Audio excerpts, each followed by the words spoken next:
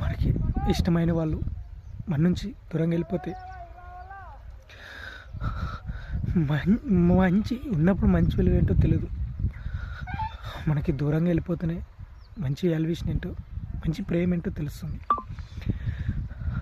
మనిషి మన పక్కన ఉన్నప్పుడు మనం పట్టించుకోం, వాల్యుయేషన్ చూపించాం, జాలి చూపించాం.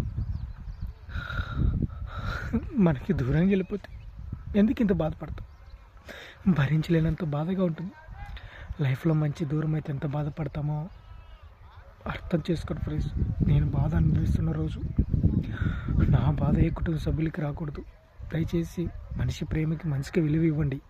ఉన్నప్పుడే ప్రేమ అనురాగాలు చూపించండి. ఓకే ఫ్రెండ్స్, అర్థం చేసుకోండి. నా బాధ ఇంకొకరికి ఎవరికి రాకూడదు.